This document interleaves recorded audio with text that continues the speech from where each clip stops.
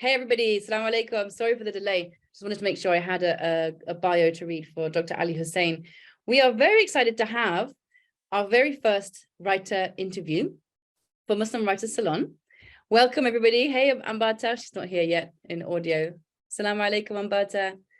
Alaikum. Good to have you all. So this is super exciting. We're having this live. We're recording this session so that this will be added to the Circle platform and all members will be able to access this and all of the other interviews that we're going to be doing. And the purpose of these interviews is not just to get to know some of the incredible of Muslim writers out there, of all different genres, from nonfiction to poetry to all kinds of different things, but also so that as writers, we can learn from them. We can learn about their process. We can learn about what keeps them inspired, any kind of tips and advice that they might have. So we're super excited to welcome Dr. Ali Hussein. Thank you so much for joining us. You're here to talk about your book, A Nostalgic Remembrance. And I'm just going to read the blurb about this. Oh, where is it? I have so many notes. It's insane. It's like the number of tabs I have open. Oh, hang on a second, where is it? Well, do you want to talk about it first of all before I go and just write it say a blurb about it? Sure. So, Bismillah ar-Rahman ar-Rahim, alhamdulillah rabbil alameen, wa sallallahu ala sayyidina Muhammad wa alihi wa sahbihi ajma'in. So thank you very much, Medina and Nafisa, for welcoming me to this beautiful interview. And I'm honored to be the first guest, coinciding with the very recent publication of this book. And this book is really the culmination of sort of a journey of a decade-long journey of me thinking about the spiritual dimensions of the creative process, specifically through the lens of Ibn Arabi. And many of the ideas and the concepts that have sort of emerged in this book were already there, floating in the ether through teachings that I have given at retreats. But then many of them were born right in ink on paper as I was writing. And,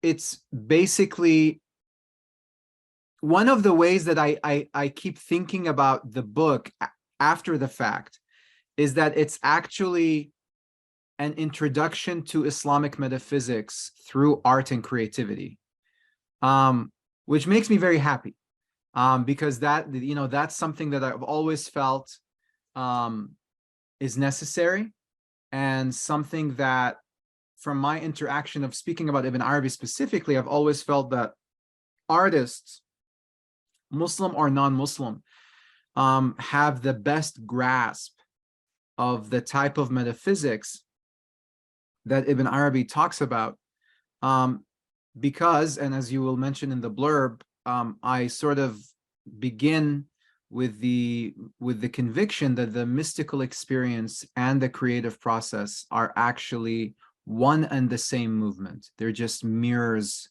of one another. Mashallah, mashallah. Thank you so much.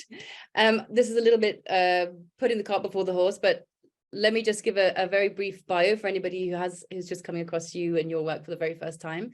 Dr. Ali Hussein has a doctoral degree in Sufism from the University of Michigan, Department of Middle Eastern Studies. He's also a published poet, photographer, and musician. In 2018, he founded the Azwaq Center for Spirituality, Culture, and the Arts, an endeavor focused on spirituality and creativity in contemporary culture. That is a very interesting introduction as well to this work, because this book, it seems to me, a kind of a crystallization of those two threads, or several threads: spirituality, creativity, and contemporary culture. These aren't things that are ossified in museums. They're not like in glass boxes for us to just look at and think how wonderful people in the past used to be so spiritual and so connected. Right. Very much connected to where we are in our own cultures, as diverse as those are, and also in our present time and the present issues that are facing us. So let me read this blurb. I'm sorry, I'm like juggling all of these tabs. Okay, so this is the blurb from the back of the book. The book proceeds with the deep conviction that, as Dr. Ali just said, the mystical experience and creative process are mirrored movements. Artists, saints, and sages in all crafts spend their lives climbing the mountain of mastery, hoping to reach the summit where the siren song calls. There at the peak, one speaks a universal truth that addresses the poetry of hearts, not the grammar of the mind. Between the texture of words, memories of colors, silence of melody, and ascensions on a theater stage, the chapters of this book take us from lahut, divinity, to nasut, world, to appreciate the sacredness of human creativity and the artistry of living fully present in the moment, a present from our inner hidden treasure. There's already so much there. Just to take one sentence and ask you to expand upon it is going to be so exciting. Could you elaborate a little bit on this movement from lahut to nasut that relates to the creative process? That's a great question. So the book, as I mentioned, could be thought of as an introduction to Islamic metaphysics through art and creativity. So let me just talk a little bit about the chapter organization of the book, because it's really divided into two parts. The first part the first 5 chapters is a preface, or the foreword by Professor Rudolf Ware, the preface, then a chapter on storytelling, and then a chapter on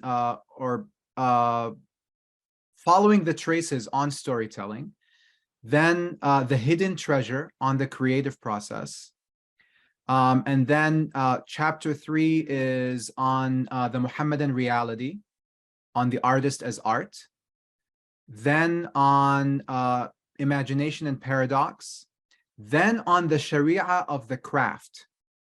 So these first 5 chapters, what they do is they set the metaphysical foundation for what follows. So it's really developing what Professor Ware has so beautifully described in the foreword as a philosophy of arts from within the lens of Islamic metaphysics. Building on that, the next 5 chapters focus on different art forms. So we have the written arts, the visual arts, the auditory arts, the moving arts, and then on society and mythology. And then the conclusion and a postscript about AI, the AI craze and the AI generated art. Now, what I do in many of the chapters of the first section is I begin to introduce these terms from Ibn Arabi's metaphysics. So for example, in chapter 1 on storytelling, I talk about haqq and haqiqa, and tahqiq, self-realization. So haqq is like the name of God, the real, and also rights and responsibilities. Haqiqa is truth and reality. Tahqiq is self-realization. I talk about nafs, nafas, nafis, and tanfis.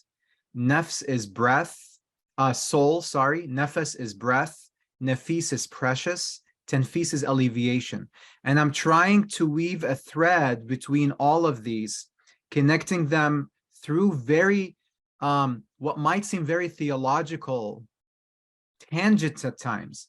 But at least in my mind, they've always been very much about the creative process. And so this book is constantly about this idea of what Thomas Tweed describes about making crossings, dwellings and crossings, which I actually quote in chapter 1. So the term lahut and nasut I introduce in chapter 2 on the creative process. And without spoiling the surprise too much, there is a hadith that's very well known in Sufism and athar, really a narration, where God speaks about himself and the purpose of creation in terms of a hidden treasure. I was a hidden treasure and I love to be known, so I created creation that I may be known by them. So what I do in that chapter is I take this hadith, this athar of the hidden treasure, as actually the different stages of the creative process, from creative block to the life of the artwork after it is externalized. But a mediation in between them is something that Ibn Arabi talks about, which is the 5 levels of being. And the 5 levels of being at the highest level, at the pinnacle, is the presence of divinity, lahut. And then the presence of spiritual beings, malakut. And then the presence of what is very important for art and creativity, Jabarut, which is Alam al-Khayal, the realm of imagination.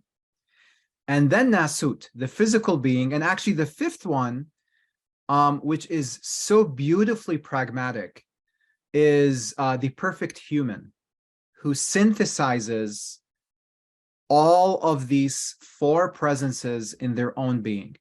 So, you know, I follow a traditional ancient method of teaching, which is to reiterate and repeat concepts over and over again in different contexts until it's sort of become, I mean, what I would love, you know, is like one of my dreams, one of my intentions is that in the future, you know, an artist is talking about the lahut of their creative process.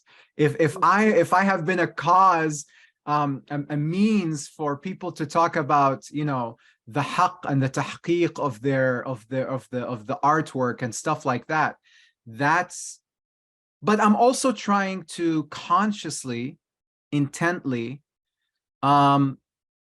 show artists, Muslim or otherwise, that Islamic spirituality at the deepest level can benefit them in very concrete ways as artists. And dare I say, if I want to be a little bit provocative and controversial, even if they do not become Muslim. And this is really important. And I mentioned this explicitly. Shihab Ahmed, who wrote the book, What is Islam, the Meaning of Being Islamic? He says that we should not think of Islam as just a system of rituals and beliefs. It is a process of making meaning.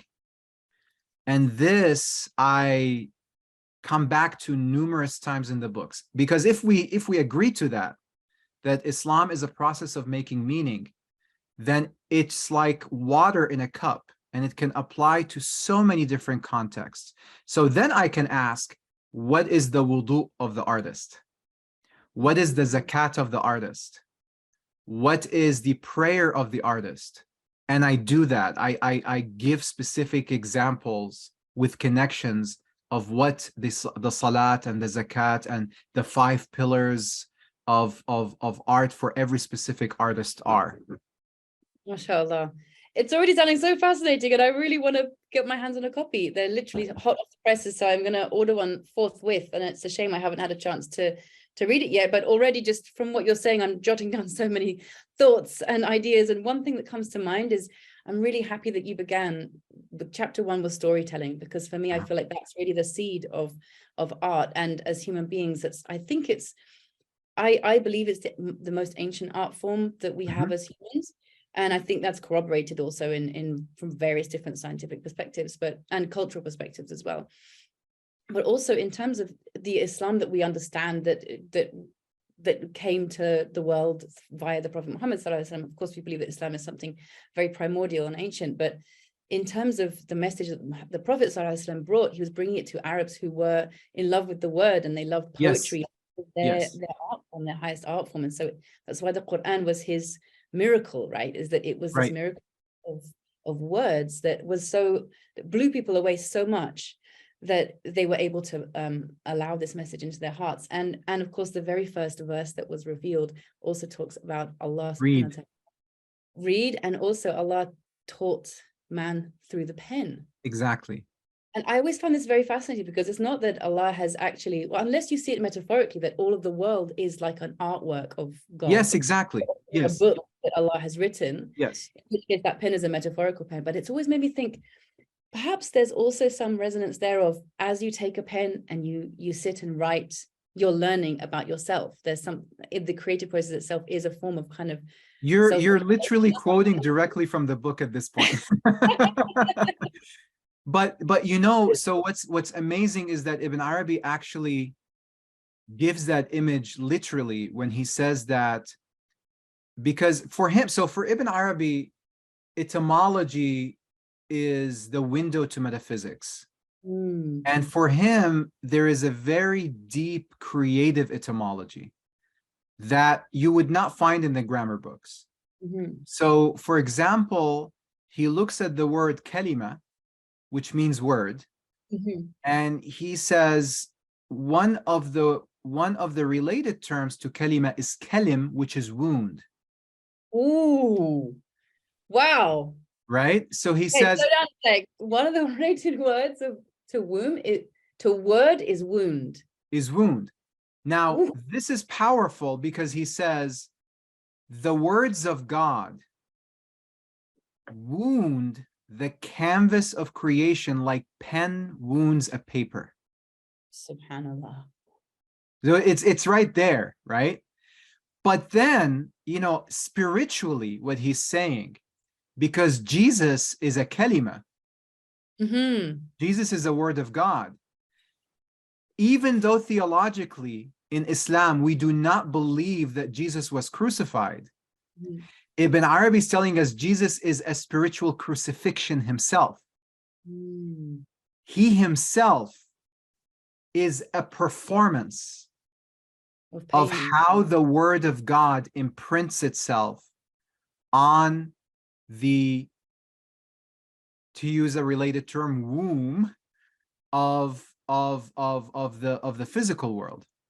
So, the mirroring effect here that's happening is that God, the act of divine creativity is God expressing, manifesting the infinitude of creativity that resides in the divine essence. That's essentially what we do. And what human beings do through art is the highest form of divine flattery. Wow. Right? Just as God writes with the pen and speaks the word of existence into being, we also by design do that. And how terrible is it when we do not encourage that? Absolutely. And this is something else I wanted to ask you about. So many of us have this idea of art as being a response to pain and suffering. And, the whole kind of almost the cliche of Vincent van Gogh and the cutting off his ear. And, would he have created those great masterpieces if he hadn't been having a mental breakdown and, all these different sort of things. And I wanted to ask you what you thought, or perhaps more to the point, how you see somebody like Ibn Arabi, for example, understanding that connection, that nexus, as you say, between the wound and the word. Well, I think you have to decipher suffering. Because meaningless suffering without a story is just it's I don't know how to describe it. It's just too painful. It really is too painful. There is but also art, I feel, doesn't necessarily want to end suffering. I think that's too simplistic of a view, especially because we live in a world where suffering doesn't end. But it sort of puts, it's like planting a rose in the middle of warfare, of war and torn land. That's what I feel art is like. And actually, it's that contrast precisely that makes all the difference. It's the contrast between beauty and ugliness that makes both and each of them more pronounced. Wow. And it makes beauty much more pronounced, much more vivid, and allows us to appreciate it more, and makes ugliness that much more pronounced and allows us to oppose it that much more easily. Now, for Ibn Arabi, I think for him, the thing with ugliness, so he has a beautiful, and I didn't actually mention this in the book, and I only realized it afterwards, but how much could I mention, right? He has this beautiful portion in his litanies where he says, he's speaking to God and he says, beauty proclaims you, while ugliness calls forth the one who perfected everything he created. Ooh. Explain. So exactly. So then he says, so the first, meaning beauty, is an end at which the journey halts. And he's actually saying it could be a distraction. It could be a distraction. If you think that nothing more beautiful can exist than this, it could be a distraction. But then he says, and the second, meaning ugliness, is a veil due to the assumption that there is another, that there is somebody other than him. So he's always, and this is the prerogative of saints. This is the prerogative of saints, of always trying to decipher and to find the trace of the Muhammadan light in everything, despite how ugly and tormenting it looks. Now, I think art does that. That process of making sense of suffering in beautiful words, beautiful colors, or beautiful sounds is exactly what the saints try to do. So that's why I call saints artists of the soul, and artists saints at heart. Wow, that's right? really Because what they're trying to do, whether they're aware of that or not, is essentially the same. They're trying to bring beauty to, and what the saint will say, like Ibn Arabi, he for him, something existing, for anything to exist, no matter how vile it is, it has to have a trace of light. Because light is being, is existence. Darkness, ugliness is darkness, is nothingness, is non-existence. So to exist means that you have to have a trace of light. So then the saints are trying to bring people's attention to where that light is. Whereas everybody's saying, this is ugly, this is terrible, this is this is that. Like the story about Sayyidina Isa alayhi salam, where he was passing with the apostles, and he asked them, what do you say about this carcass of a dog? And they said, how foul its stench, how disgusting the rotten flesh. He says, as for me, I say how beautiful and white are its teeth. So this is exactly what the saints try to do. And artists, for their own sake, for their own sanity, from their insanity, they try to make sense, and it usually comes out very beautiful, very moving, heart-wrenching, hauntingly beautiful. It's the same process. It really is the same process. Inshallah. I wanted to mention everybody who's participating, if you have any questions or thoughts, please feel free to put them down in the chat. And as we go along, there's so much richness here. And I have so many things that I want to jump in and say, but please, if you have anything else you want to add, just pop your question in the chat, and either I can read it out or I can just invite you to unmute. So it's very interesting what you say about ugliness, particularly because I think a lot of the sort of many, how do I put this, complaints about contemporary art, or some of the things that I find trouble about contemporary art, is that sometimes there's a sense of a portrayal of ugliness almost without the story, or the story is sort of abruptly cut off and there's not really a sense of deep meaning to it. Whereas by contrast, if you go into the Islamic art world, it's all very, very lovely. Everything is harmonious and beautiful and amazing. And it's gorgeous and it's beautiful. And you feel, oh, you have that sense of rest. Your soul is kind of coming to rest. But there's also this feeling of like, well, but where do I fit in that? Because it's all so perfect and so wonderful. And the world is not. And the world is not, and I am not. And so therefore, do I belong here? Can I partake of this beauty, or is this something that is of some kind of higher echelon that I don't belong to? So I don't see what you thought of that. No, thank you for that, because I've been asked that many times, and I specifically addressed it in the book. If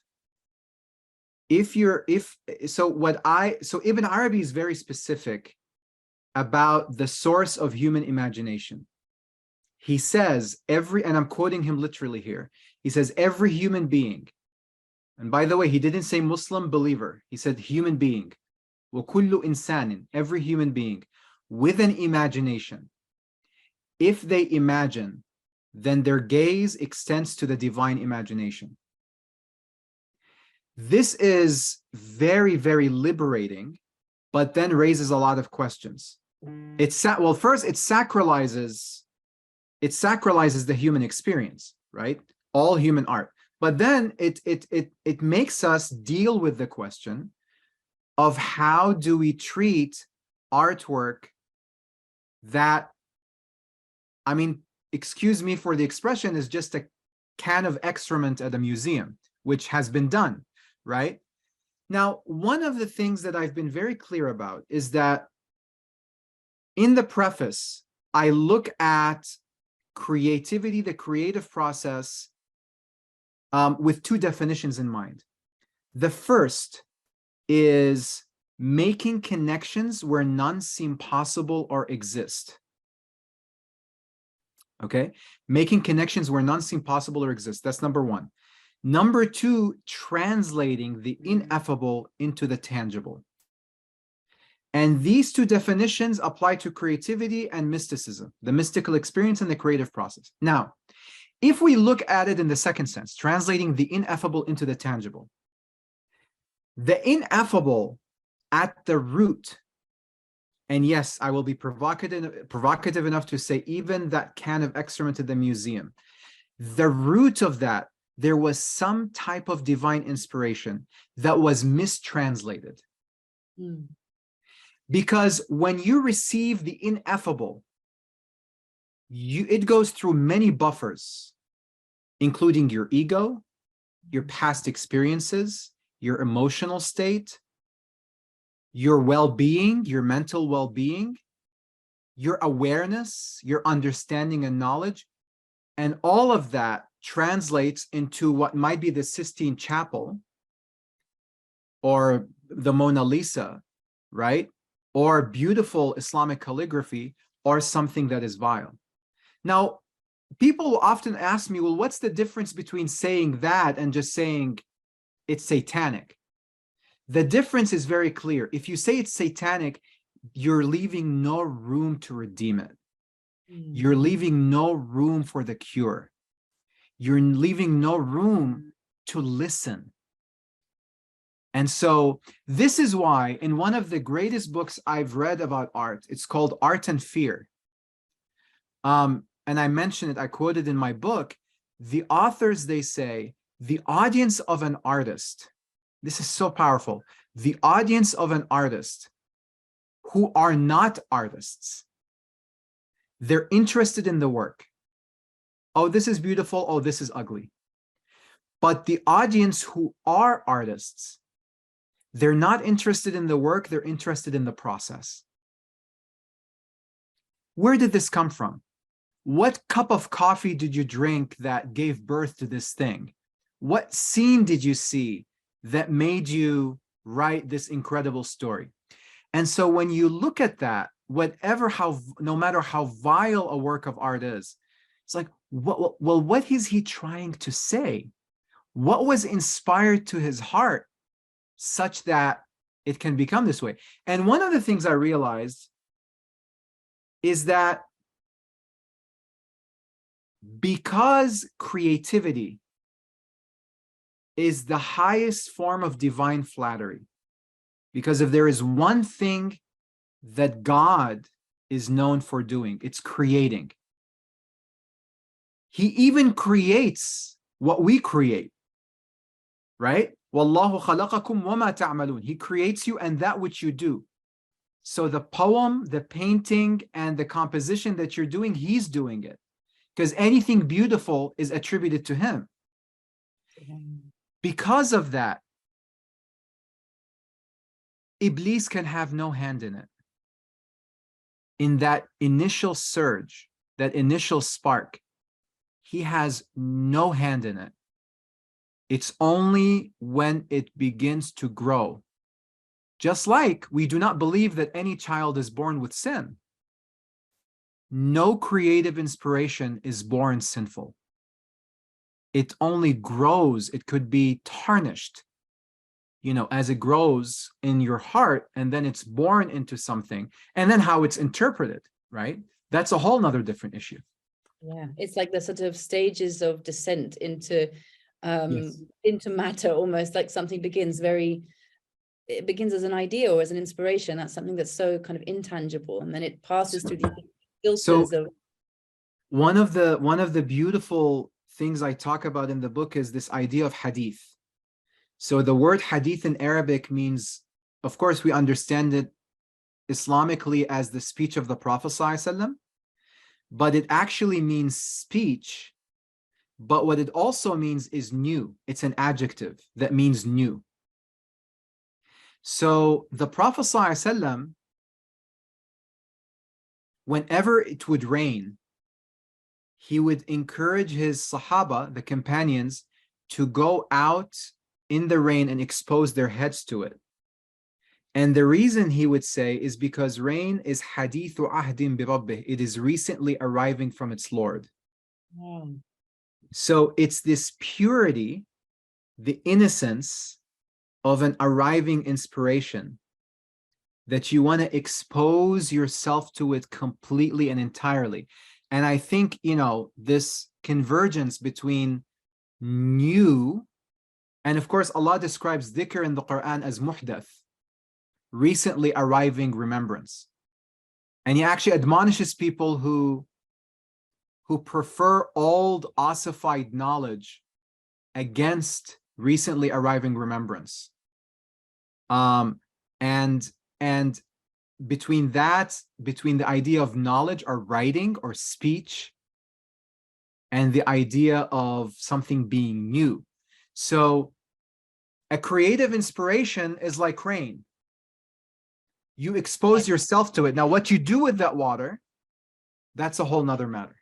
Wow, that's a really beautiful metaphor for explaining. And I think metaphor is another topic we can totally get into, but I want to read out Wajiha Khalil's comment. Thank you so much, Wajiha. She says, Salaam, I'm intrigued about connecting art with the manifestations of Allah's names and attributes. Also, this idea you've presented about codifying language around this, as we do with terminology in tasawwuf and fiqh, for example. How can we discuss the infinite colors of meaning, and where do we start? MashaAllah, beautiful question. MashaAllah. So this is a really powerful question. So thank you very much, Wajiha. And the thing about there is a premise that's mentioned in the book based on Shihab Ahmed's book, What is Islam? The Importance of Being Islamic, where he says Islam, we should not think of Islam as a system of rituals and beliefs, which is a very modernist look at religion in general, but rather as a process of making meaning. And I am intentionally trying to liberate the great principles of our faith from being strictly theological or legalistic and being a source of guidance for all of humanity. And the key here is, for me, can a non-Muslim artist borrow concepts from, can a non-Muslim artist be an Islamic artist? Right? Can a non-Muslim artist be an Islamic artist? Can they be aware of what the Sharia, the Tariqah, and the Haqiqah of their craft is? Can they consciously wake up every morning, and before they sit down to write their poem or to paint their canvas or to compose their music, can they go through the ritual of making wudu as an atheist, painter or poet or musician? So when you look at not only what Ibn Arabi says, but what non-Muslim artists say, they're already experiencing that. They're already experiencing much of that, right? And it's for us, for the Muslim audience who reads this book, it's one of those things where it's like, we really need to look at our societies with a sacred lens. Because if we don't, if you choose to look at only the ugliness and the profane, you can go insane. You can lose it. But if you look at the sacred, there is a lot of that to go around. And Ibn Arabi gives us that. He wants us to see that. He wants us to perceive that sacred lens. And so, yes, inshallah, I mean, I don't know how to explain where do you start, but I think that, once you read the book, inshallah, you'll find many starting places, many abodes from which you can sort of, and again, it's all about cycles. I think that the suluk, the journey of suluk as an artist, not in the strictest sense of tazkiyah, of moral ethical, but actually of growing as an artist, is a matter of cycles, not a matter of a beginning and an end point. So hopefully, inshallah, that's one of the idea. Unless I'm asked a specific question, then I can talk about it.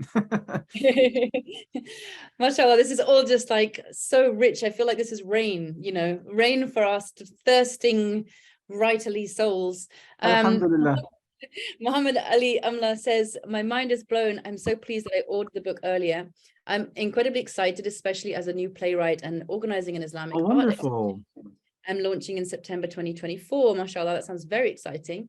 For many years, I refused to acknowledge the power of creativity, especially as I can't draw, sing, dance, etc., but had an appreciation of arts. I'm taking my first steps in creativity, finding my creative voice, which comes at an interesting time after turning 40 and going through huge turmoil, divorce, failed career, etc. Very interesting. We've been talking about the breakaging and the breakages, yes. the shattering. We can come to that in a second. And my re-emergence into the world includes creativity.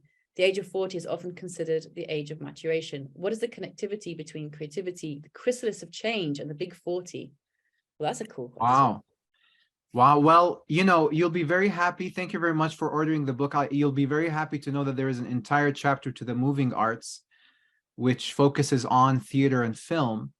And they're two very, very big passions of mine. But yes, I think, change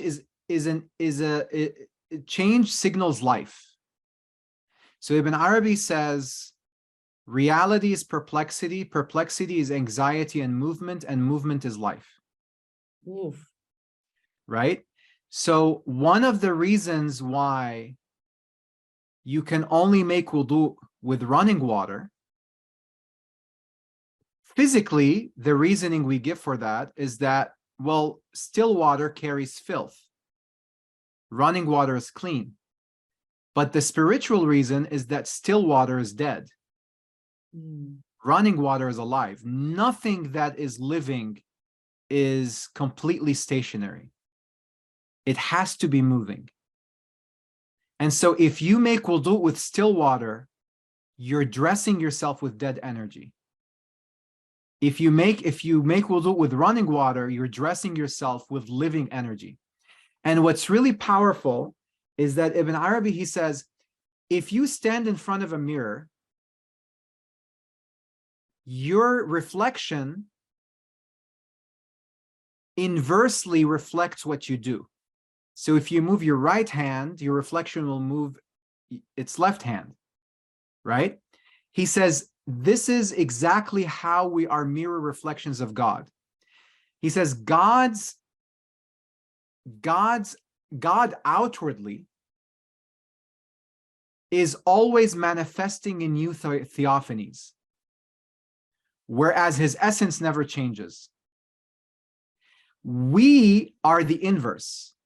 Outwardly, we remain somewhat stationary, but inwardly, we're always changing. Wow, subhanAllah. So if you're changing, you're alive. If you're aware of the fact you're changing, you're an artist.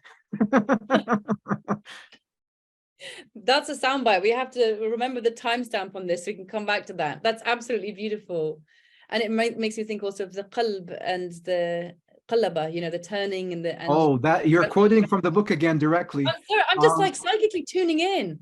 No, it is, but it is. You know, this is why aql, the mind, is from iqal, as Ibn Arabi says, is from a leash. So there is no room for the rational faculty to understand reality. It's all about the qalb because of taqallub, right? The fluctuation. And the word qalb, by the way, it means heart, but it's also a masdar. It's also a verbal noun, which means appending, turning things upside down. Oh yeah, like an inqalab, as in revolution. Exactly. So if you say qalb al-hukuma, you're like literally overthrowing the government, right? So it's all there. It's all there. So this is why, you know, the idea of emotional intelligence, creative intelligence is directly related, and that's why art is really a place of emotion. I mean, it's a place of, and this brings us back to vile art. I mean, when people are in so much trauma, are in so much pain, the art is naturally going to reflect that. There is going to be a lot of screaming, there's going to be a lot of yelling, there's going to be a lot of contending colors, right? But oftentimes that's where the beauty also sort of emerges, oftentimes.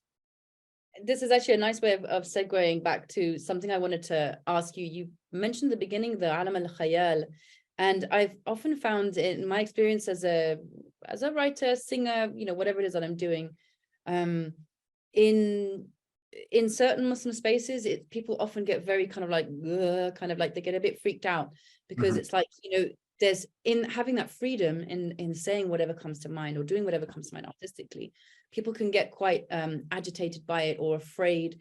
And it makes me wonder sometimes that there may be a bit of a prejudice against imagination, particularly with the idea that it's actually wahm, you know, it's like it's fantasy, Yes. it's illusion, something like this. Could you speak a little bit to that? Yes, absolutely. So there have been, if we understand our history, we'll understand that there has been a systematized attempt to remove imagination from our theology. So now we believe there is a physical world and a spiritual world. Well, the problem is that the physical world consists of three-dimensional beings that are dense, and we have bodies. The spiritual world consists of very subtle bodies that are intelligible, and they're not three-dimensional. If you do not have an intermediary realm, they will not be able to communicate with one another.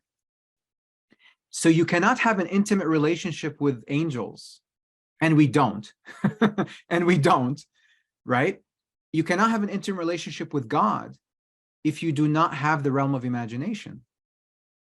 And the thing is that, you know, for Ibn Arabi, it's like, for him, the physical world and the spiritual world were a continuum. So the reasons, the causes for, as I mentioned, with wudu, with ablution, the reasons for physical laws are not physical, they're spiritual. So he will say things like, unabashedly, why is it permissible to wear footwear while praying? Well, because prayer is a journey and you cannot travel barefoot. It's that easy for him. I mean, it's not even a question, right? But for him, everything is thoroughly Quranic. And the book proceeds like that. So the notion of the barzakh between the fresh and the salty water is where he builds the idea of the imagination, because the salty water represents the physical world of the body, and the fresh water represents the subtle, pure realm of the spirit. And you need that barzakh between them. You need that liminality of alam al-khayal, realm of imagination, in order for the two to interact with one another, yet not to transgress against one another. And by the way, for him, for Ibn Arabi, so you have that microcosm, that macrocosm, physical world, spiritual world, and the realm of imagination, and then that has to necessarily mirror the human being, the microcosm. So our salty water is our bodies, and our fresh water is our arwah, our spirits, and then our nafs is our own realm of imagination. He describes it as a child that is born in the marriage between the body and the spirit. And we can either ascend towards our spirits or we can descend towards our body. So there is definitely an allergy to imagination, a huge misunderstanding between fantasy and imagination, and distinguishing that fantasy is just a potential imagination. It's not completely dismissible either. It means there's traces of reality there, like a bad, vile work of art, but it's mixed with a lot of other stuff. But the other part of that, which is something I discussed in the last chapter on society and mythology and the conclusion, and this is a reckoning that I think the Western Muslim communities have to come to terms with, is we still do not regard the societies we live in as sacred, which is an affront against God. We have to understand that it's not just a social issue, it's an affront against God. Because what you're claiming, if you believe that, is that God has allowed people to exist and to produce art, to have emotions and experiences and stories that are completely worthless. And he will ask us about that on the day of judgment. Why are you accusing my creation of being useless? Right? So it's absolutely, they go hand in hand. MashaAllah. I could just listen to you talking about this all day long. Wadiha says, Ambata says, Alhamdulillah, to reach the age of maturity, I can second that. I turn 39 tomorrow. No way! Oh my 39 gosh, I cannot believe I'm older than you. This is bizarre. Anyway, mashallah, you have wisdom beyond your years. Wadiha also also happy birthday, Pisces. Thank you. My son is also going to be turning 8 very soon. As an artist, Wajiha says, my experience is that I have to travel to the alam al-khayal. However, some people describe it as coming to them, like visits, dropping into their hearts. Maybe it's the same thing from two perspectives. What does Sheikh al-Arabi say about that? And perhaps actually, maybe you want to connect this to your own experience of writing this book and how it came to you. Yes. So it is both. So there is two imaginations. There is a realm of imagination, but whenever we're talking about outside, we should automatically know that there is something inside that mirrors that.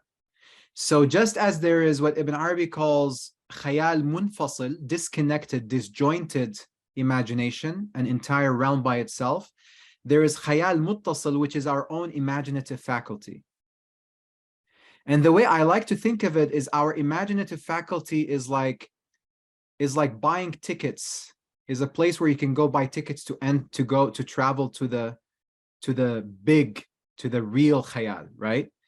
So when we have dreams, what's happening is that through our imaginative faculty, we are traveling to the actual realm of imagination. So our dreams are not completely mental, are not mental constructions. They're both, they're shared. And he explains it beautifully. He says, when a spirit wants to come and interact with you, it doesn't have a form, but it has a personality. And it comes to you with a particular message, right? It comes to you with a particular message. So now what it has to do, this spirit, is it has to go to the wardrobe, and I'm explaining it in my own words. It has to go to the wardrobe of your memory, So when we live our day, we meet all sorts of people, we see all sorts of colors and textures that are associated with particular memories in our minds. And those get stored in the wardrobe of memory. So now when a spirit wants to interact with us, it goes, opens the wardrobe, and this is an homage to theater, costume design. And it says, which one of these outfits fits the personality and what I'm trying to convey to this person? So then it dresses itself in that in a form that's familiar to us in order for us to get the message, right? So, Ibn Arabi has this beautiful dream or vision of traveling in a waking state to Alam al-Khayal, where he says he entered a sea of sand. And this sea of sand was filled with ship stations, ports, where people, other saints came and stopped waiting for their transportation. And their transportation, and this is, like a movie in Hollywood, says their transportation was basically these ships that come together from stones that are attracted to one another by magnets. And these ships would form, and then the people would board the ship, and then would sail in the sea of sand and disappear in the horizon, and then new ships would come. Wow. So this is this is seeing a dream. But then, for example, the Meccan openings, his big book, Al-Futuhat al-Makkiyah, also appeared as a vision in the physical world. So he says, when a shabah, an apparition, appears to you in the physical world, realize it has not come into the physical world. Rather, your gaze has been enhanced to see the realm of imagination. Like an unveiling, you mean? Exactly. Because the realm of imagination is a realm where bodies are spiritualized and spirits are embodied. And he gives beautiful tricks as to how you can tell the difference if you're looking at an actual physical body or a corporeous body, a shabah, an apparition. He says, fix your gaze. Fix your gaze on the object, because a shabah, a ghost, cannot disappear if you fix your gaze on it. But once you lift your gaze, if it disappears, then know that what you were looking at was a ghost. A physical human being, if you gaze on them, they can still move away from you. They can still disappear, but the power of the gaze fixes an object, fixes a spiritual object in place. Wow, that's intense. That's very interesting. About, I love how you've and I think you do this throughout the book. From what I've heard, you do a lot of sort of not wordplay exactly, but recognizing resonances between words and connecting. Yes. This is very Arabic, by the way, and I want to ask you about your multilingualism and how this impacts your writing as well. But you just made me think of something about intention and attention, and how this is Latin, and I don't know how this compares in Arabic, but I read somewhere that intention is stretching in, because tender is to stretch. Like in Spanish, tender, it means to like hang, like hanging on a line. Like this is this stretching kind of sense. So intention is stretching in, and attention is stretching towards. Wow. I just love that. That came out of what the last thing you just said. But so like there is another pair that I didn't get the chance to put in the book. I should have. Well, there you go, version 2. Yeah, well, so if you would, I would like to read from the book, actually. Please do. Yes, that's what I was wanting to get to the moment. This is in the chapter on the written arts. Actually, let me see, is there some, on the written arts, I talk a little bit about translation, right? So, and this will give a good taste of how the book proceeds, because there is here also not only there is the strategy of the underlined terms that you mentioned, and there is also what I like to call silent quotations. And the silent quotations are quotations that I put in the book. I rarely, if ever, refer to them, but they just stand there like traces, because I want the audience to make the connection, right? So this is on page 136. This is ultimately what translation is all about. Rising as a writer from the level of content to context, without which you con the text. Underline context, context. This is a return to Tal's. So I talk about here, I'm referring here to a sage, a Muslim sage from Mali. His name is Tiorno Tal. And Tiorno Tal basically explained faith as three states: solid, liquid, and gas. He says the people of solid faith are the people of taqlid, imitation. They're so strict in their understanding of their faith, they're willing to declare war to preserve their cube. The water state, the liquid state, the sa'il, are the people who have no problem witnessing the water of their faith in different containers. And the gaseous state, the people of gaseous faith, they rise to heaven like smoke. Wow. Right? So here I'm quoting him. It says, this is a return to Tal's gaseous faith and the artist sages of haqiqah who stand at the summit with a unitary vision. They view all of human creativity as a singular ma'na, meaning, that emerges continuously in new suwar, forms. It is a recurring archetype from religion to writing and life. A solid state of faith constricts and restricts.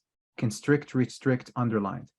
Whereas a liquid or gaseous conviction keeps us moving, constructing and assisting. Underline, constructing, assisting. Quote, silent quote, by Mac Barnett. We've got truth and lies, and then there is this little space, the edge in the middle. That liminal space, that's art. MashaAllah. And then the next, and this is the paragraph I really wanted to focus on. Each of the words in Arabic and English that bring life to my poetry have memories associated with them. These sometimes come as smells, tastes, colors, scenes, or sounds. As I mentioned in the preface, a childhood orphaned of a motherland is the source of all my creative inspiration. It is a hidden treasure that has been dormant for decades, slowly accumulating its constituent parts and waiting for the right moment to awaken. Much like the Muhammadan reality that manifests gradually through prophets and sages over the course of humanity. And so it is that this childhood in exile is my very own light of the Prophet ﷺ that keeps breathing. For whatever results in beauty, even in the form of suffering, must necessarily be from that source. I have also realized that my desire to write a poem in both Arabic and English, side by side, is a subconscious attempt to reenact and embody my own bodily migrations on ink and paper. I can retrace each of my steps across the sands of Iraq and Jordan, or soaring above the sea on my way to America within the curvature of every letter. Meanwhile, the silence between the words hearkens for those moments of perplexity when my awareness of being in the barzakh in between was vivid. MashaAllah. Beautiful writing style. I want to ask you very quickly, I know we've already come to an hour, but I do want to just squeeze one more little question in. Sure. Or a series of micro questions. If, as long as nobody else minds, we go over a very tiny amount. I just wanted to ask you about your own writing process and your own, it sounds a little bit subtractive, almost like the sculptor removing material to unveil the work of art underneath it. And for some reason, I'm thinking of the well of Zamzam also and the sand covering it. You do know that Michelangelo said that precisely. And yes, I actually included that quote. He said, I kept chiseling. I saw the statue in the marble and I chiseled away until he came out, or something like that. Something along that. I must have read it somewhere along that. That's certainly not from me because I'm not a sculptor. But I wanted to ask you about your own writing process, how this particular book came about, how you decided to write, or how you became a writer, and a little bit, if you can, about your own writing routine. How do you fit writing into your life? So my writing as a native creative language, which, that's the way I describe it in the book, is something that came to me really with reading Ibn Arabi. I mean, it's when I was applying to my graduate studies, I had no inclination whatsoever to be a creative writer. As I told you earlier, my writing in high school was a Frankenstein. It was absolutely terrible. But I think what was missing is that I was attempting to write in English while neglecting Arabic. And when I began writing creatively, I began with Arabic. And I found myself very inclined to, especially in Arabic, to hide.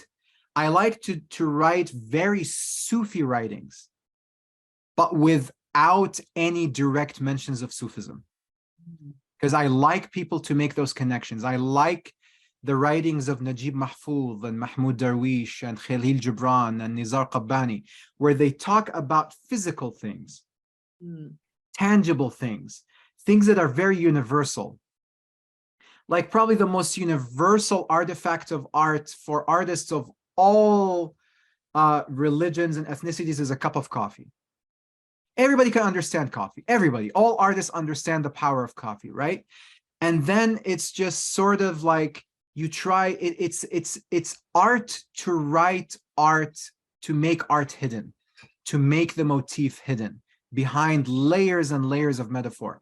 So I wrote in Arabic, and then I began to thank myself and think how wonderful it would be to translate this into English and to see what happens. Right. And so as you mentioned, all of these series of underlined words in the book are really an homage to Arabic. Right. It challenges me to figure out how can I say this in English, but in a way that is uniquely English. I specifically abhor literal translations. And I mentioned that in the book. I think it does a disservice not only to the original in Arabic, but also to the way in which eloquence moves in the new register in English. And so now in terms of how often I write, now how I write, and I actually also discussed this in the book, what makes me write? Sometimes, some days it'll be a theme or an idea. Like I imagine a scene, myself sitting in an old coffee shop in Egypt, right? At a different time and a different place. So 1940s Egypt or something like that. Other days when that is not there, maybe it will be actually specifically in Arabic, a particular word, just one word. And then it usually creates its own scene. Like, okay, I'm listening. Now, what do you want to say? And then it'll be like, well, this here and this here, let's bring this here. And then, try and say something like that. Other times when it's not there, when that's not there, a sound, a phonetic sound. And oftentimes when it's at that deep level of an inspiration, I feel as though it's no longer about meaning. It's much more visceral than that and much more primordial. That it's actually about the sound itself, right? That's like what I talk about in the written chapter on the written arts. We have to learn how to read the calligraphy of writing, not the meaning of the words. Not only the meaning of the words, but the calligraphy itself. Now, if none of that is there, then what I do is I do a shaman dance to one of my muses. So I'll either ask Najib Mahfouz, Nizar Qabbani, Mahmoud Darwish, or Khalil Gibran. These are my four muses. I'll ask them, I say, you got to help me. I have nothing. And one of them always responds. And when they respond, it's as if I didn't write anything. It's in their style and it's their words. Yeah, I was going to mention something else and it just escaped my mind. But now, what I was going to say is is I'm also juggling between between producing art. And I like to think of this book as art about art, right? It's a book of art. It's an art book about art, right? I also, dabble with the oud, which I haven't played in a long time because I think it just is, the inspiration is not there. So I'm between consuming art, like watching abstract art of design or watching interviews with artists, Art 21 channel, Louisiana channel, or performance, watching movies, listening to music. And then usually it's like satiating my tank, right? Like filling my tank with creative energy. And then I wait, and then usually it's like, okay, now it's time for you to go and produce. And I'm a firm believer that an artist has to produce every day. But the form that takes can be many things. It doesn't have to be writing 1, 2, 3, 4, 5 pages, making 10 brush strokes, or practicing your instrument for 30 minutes. I once asked a friend of mine, do you play your guitar every day? He says, I'm either playing or thinking about playing. And that's really what it is. Are you feeling at least creative, eccentric enough for a few moments a day? That could be your procrastination. But as long as remember what I said? I said the people who are aware of their suffering, we all suffer, but the people who are aware of the beauty in the suffering, those are the people we call artists. That's the type of awareness, I think, if you have that every day, even if you don't have a chance to produce, you're at least making a gesture. When you don't do that for a long time, and one day you make the choice to do that, you're making tawbah. MashaAllah. You're returning. Amazing. And you know what? I think that's an absolutely beautiful way to wrap this up. We could keep talking for absolutely hours, because I feel know. like it almost feels like a Muslim Artist's Way. You know the book, The Artist's Way? I mean, inshallah. You know what? I mean, maybe we should make a course out of this. I don't know how Nafis is feeling, but I think Well, that's my hope. That's my hope that we do have a course out of this, inshallah. Inshallah. And I really feel like I really hope that this is going to produce a lot of inspiration for everybody watching this interview. Dominique says, I wasn't sure what to expect, but have been blown away by this interview. Same. And I was expecting to be blown away, but this is also exceeding my expectations. It was enlightening and inspiring. Thank you to both the interviewee and interviewer who managed to ask all the questions I was obscurely trying to formulate to myself. I'm looking forward to reading this book, Ma Salama. Thank you so much, everybody, for joining us, and everyone who's been with us and had to leave early. I'm sorry we've run over a tiny bit, but thank you so much. Thank you so much. Really, Ali, this is absolutely wonderful, and I'm really looking forward to it. A pleasure of mine. Absolutely. Thank you for all of your input, and I really, as I say, I really absolutely. And I look forward to hearing your thoughts on the book, inshallah, when you get your copies and go through. Yes. And please share little tidbits. I like this tidbit. I think this tidbit. All of that. We absolutely will. And I would love to also encourage people to share the work that they produce after having connected with this. I mean, inshallah. Thank you so much. Thank you so much. Have a wonderful day. Take care, everybody. Thank you so much for joining us. Assalamu alaikum. Wa alaikum assalam wa rahmatullah.